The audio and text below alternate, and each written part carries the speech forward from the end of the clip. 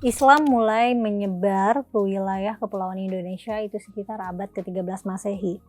Tapi kepikiran nggak sih sebelum semuanya terjadi, masyarakat Indonesia atau masyarakat Nusantara pada saat itu lagi ngapain gitu?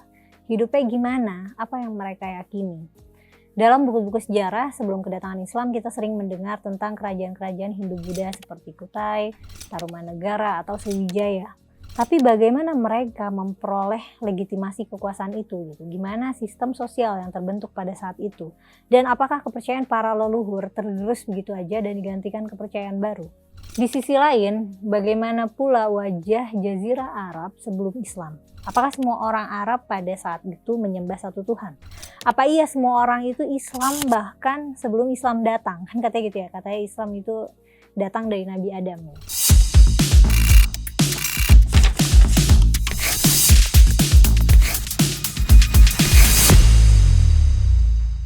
Nah, kita mulai dari Nusantara dulu ya. Jadi sekitar abad ke-5 Masehi, wilayah-wilayah kayak Sumatera, Kalimantan, Jawa, dan wilayah timur Indonesia itu sudah mengembangkan budaya pertanian yang pesat. Kita tuh adalah masyarakat agraris. Masyarakat wilayah barat umumnya nanam padi dan wilayah timur itu rempah-rempah. Nah, hasil tani ini surplus, artinya lebih dari cukup untuk bertahan hidup. Sehingga ada sisa yang bisa diperdagangkan. Nah, meski pada abad itu memang belum ada kerajaan-kerajaan besar, tapi jalur perdagangan global sudah terbentuk di wilayah pesisir. Jadi penduduk Nusantara pada saat itu sudah melakukan kontak dengan dunia luar. Masyarakat umumnya menganut kepercayaan animisme dan dinamisme di mana elemen-elemen dari alam seperti gunung, sungai, laut itu dipandang sebagai simbol spiritual. Nah, kepercayaan itu tumbuh dari bagian yang dekat dengan sumber kehidupan mereka. Artinya apa yang diimani itu begitu lekat dengan lanskap alam yang mereka tinggali. Spiritualitas itu datang dari apa yang mereka lihat, yang mereka dengar, dan mereka rasakan tiap hari. Sebelum munculnya struktur kerajaan, masyarakat hidup dalam sistem sosial yang cukup egaliter. Mereka berbagi peran, ada yang bertani, ngurusin upacara, bikin kerajinan, dan lain-lain, tapi kepemimpinannya tidak menekankan dominasi. Kepala suku memang dihormati dan statusnya lebih tinggi, tapi status ini nggak dipakai untuk melancarkan kekuasaan ya, tapi digunakan untuk menjamin keseimbangan dan kesejahteraan kolektif kelompoknya. Nah, lambat laun, sistem sosial ini mulai mengalami transformasi seiring dengan meningkatnya interaksi antar komunitas, terutama lewat perdagangan. Komunitas-komunitas lokal itu mulai terhubung dalam struktur yang lebih kompleks. Meskipun tiap desa atau suku masih memiliki otonomi dan pemimpinan masing-masing, mulai muncul figur-figur sentral yang memiliki pengaruh lebih besar karena kemampuannya membentuk aliansi, menjamin keamanan, atau mengelola sumber daya. Figur-figur ini akhirnya menguasai titik-titik pusat perdagangan atau wilayah pertanian yang strategis. Nah, tapi pemimpin sentral dalam rangkaian sistem ini lagi-lagi nggak berperan sebagai sosok yang punya legitimasi mutlak atau kekuasaan absolut. Masih komunis ya mungkin. Nah, tapi semuanya berubah sejak negara api menyerang nggak? Jadi kan gini, perkembangan hasil pertanian ini kan membawa kesejahteraan ekonomi yang jauh lebih meningkat. Artinya mulai muncul tuh para pemimpin lokal yang punya ambisi untuk meraih kekuasaan yang lebih tinggi, sehingga akumulasi resource-nya, akumulasi sumber dayanya itu bisa lebih besar lagi. Tapi karena basis sumber daya yang sama di tiap-tiap komunitas lokal dan struktur kepemimpinan berbasis keturunan yang begitu kuat di tiap wilayah, ya susah untuk seorang pemimpin lokal buat menciptakan supremasi. Nah, ketika arus perdagangan internasional yang menghubungkan India, Tiongkok, dan Asia Tenggara itu mulai padat, para pedagang, pendeta, dan intelektual dari India ikut membawa tradisi-tradisi Hindu dan Buddha. Kedatangan teokrat dari India ini merupakan peluang bagi penguasa lokal untuk memperkuat legitimasi dengan mengadopsi simbol-simbol spiritual yang lebih tinggi. Ngomong-ngomong, Hindu dan Buddha itu agama yang sudah sangat tua ya. Jadi wajar kalau agama yang masuk duluan adalah agama dari India. Nah, jadi para Brahmana ini dipanggil, dihormati, dan dimintain tolong supaya raja-raja ini bisa dianggap punya keterhubungan dengan dewa-dewa sehingga bisa mengklaim kekuasaan yang absolut. Nah, pada awal terbentuknya kerajaan Sriwijaya di abad ke-7 misalnya, setelah berhasil menaklukkan saingannya di Jambi, para penguasa Sriwijaya berhasil memegang kekuasaan politik.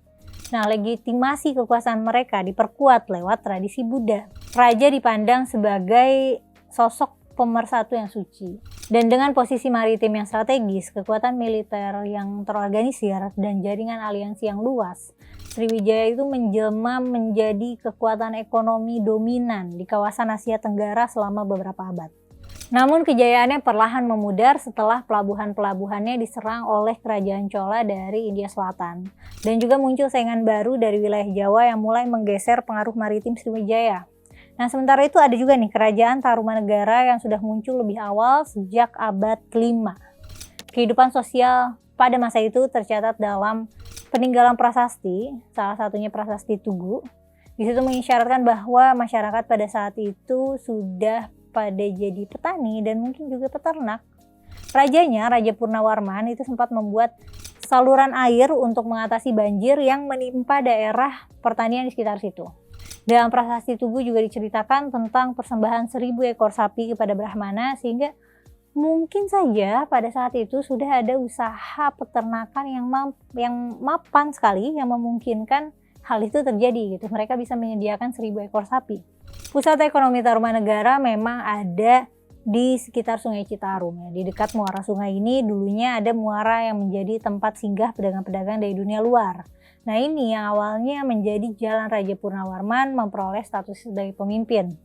Akulturasi antara tradisi Hindu dan kepercayaan lokal itu sangat ketara dalam berbagai peninggalan prasasti. Dalam prasasti Ciaruten misalnya, Purnawarman disamakan dengan Dewa Wisnu. Dalam kepercayaan lokal Jawa, kaki itu adalah simbol kekuatan. Sementara Wisnu adalah salah satu dewa dalam tradisi Hindu.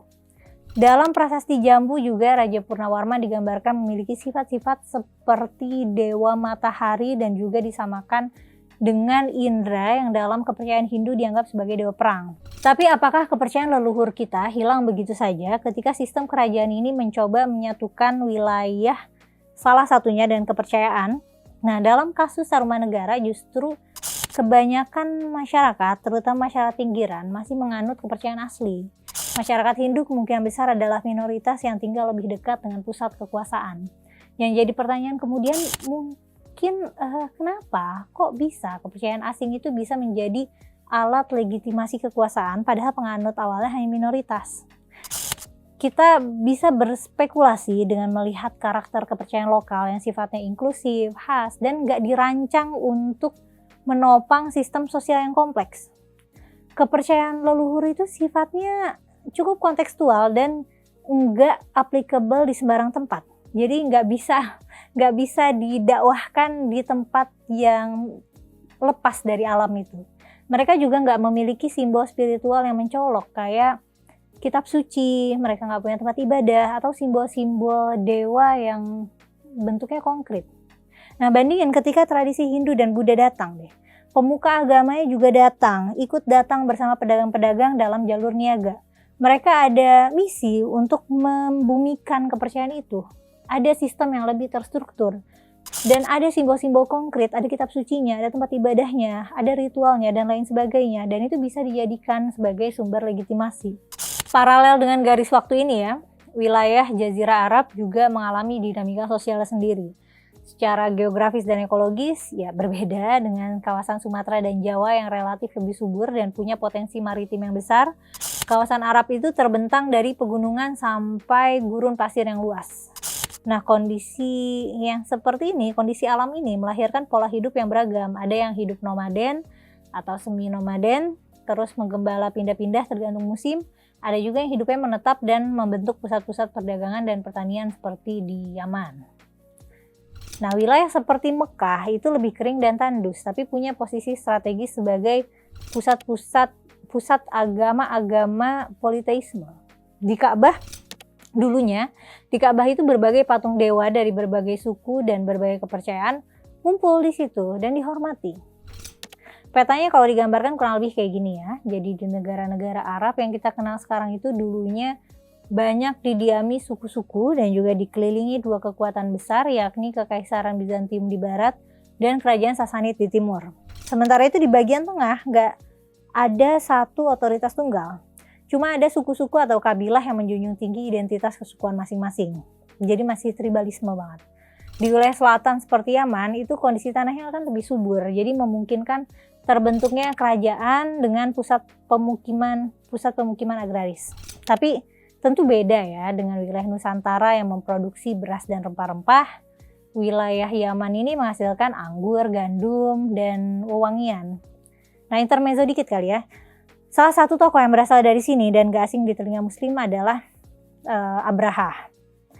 Meskipun figurnya ini bisa jadi ahistoris ya. Ya, jadi dia diceritakan adalah raja keturunan Ethiopia yang memimpin Yaman pada abad ke-6 dan dia memang sering mengirim pasukan militer ke wilayah Jazirah Arab. Salah satu peristiwanya bahkan disebut dalam tradisi Islam sebagai tahun gajah.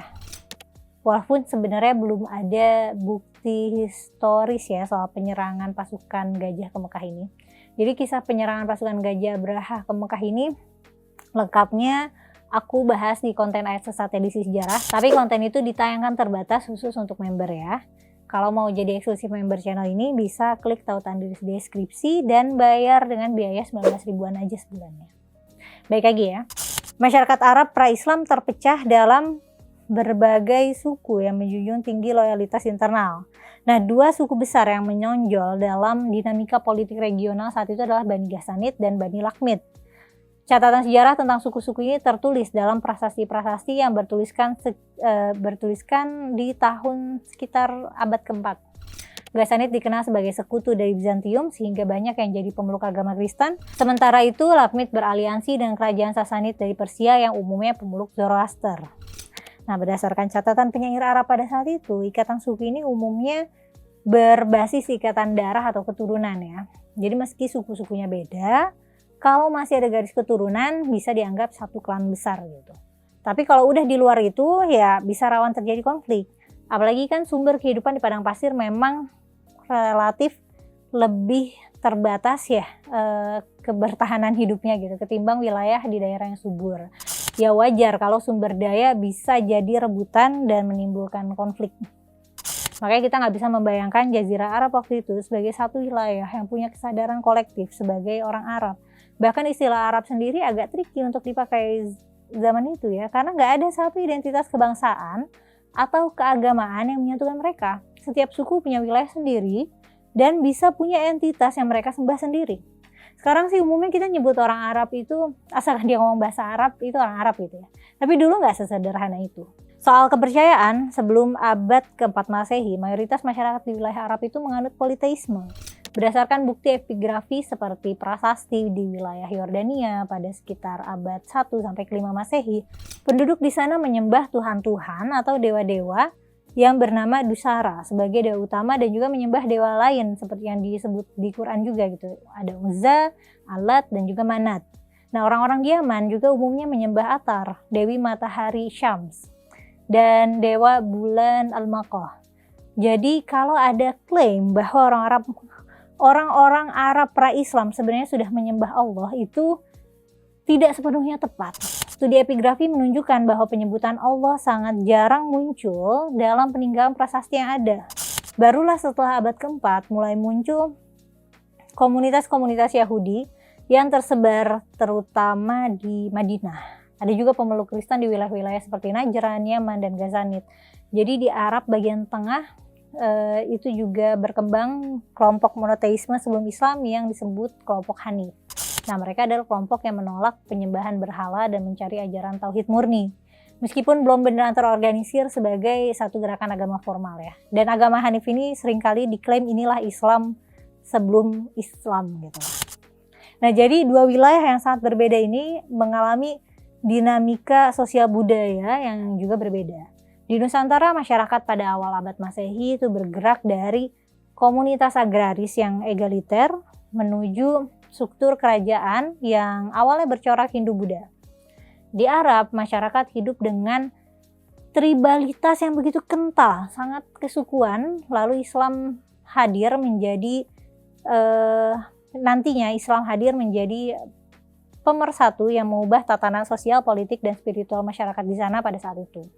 Islam di Jazirah Arab itu muncul sebagai respons atas kondisi sosial budaya setempat yang akhirnya menyatukan suku-suku yang sebelumnya pecah. Sementara itu di Nusantara, Islam muncul belakangan lewat perdagangan yang akhirnya juga menjadi dasar baru bagi kerajaan-kerajaan dalam legitimasi kekuasaannya. Apa yang kita rasakan hari ini lahir dari konteks sosial budaya yang khas. Apa yang kita lihat bukan suatu hal yang tiba-tiba muncul gitu aja.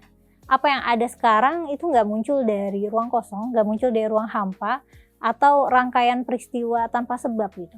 Semua yang terjadi, semua dinamika budaya dan politik yang terjadi itu hasil interaksi manusia dengan tanah yang mereka pijak, dengan lingkungan sosial yang mereka bentuk, dan dengan pengaruh eksternal yang datang silih berganti. Sejarah itu bukan peran statis yang cuma bisa kita tonton gitu, tapi sejarah itu alat untuk memahami bagaimana dunia kita terbentuk dan kenapa kita menjadi seperti kita sekarang saat ini. Nah, terus gimana nih kabar Nusantara ketika awal dakwah Islam dan ketika Islam mulai menyebar, ya Indonesia apa kabarnya gitu, Nusantara apa kabarnya. Aku bahas di part 2 aja ya kapan-kapan. Jadi gimana nih pendapat kamu soal Nusantara dan Jazirah Arab sebelum Islam datang? Tulis pendapat kamu kolom komentar ya. Sampai jumpa di konten selanjutnya.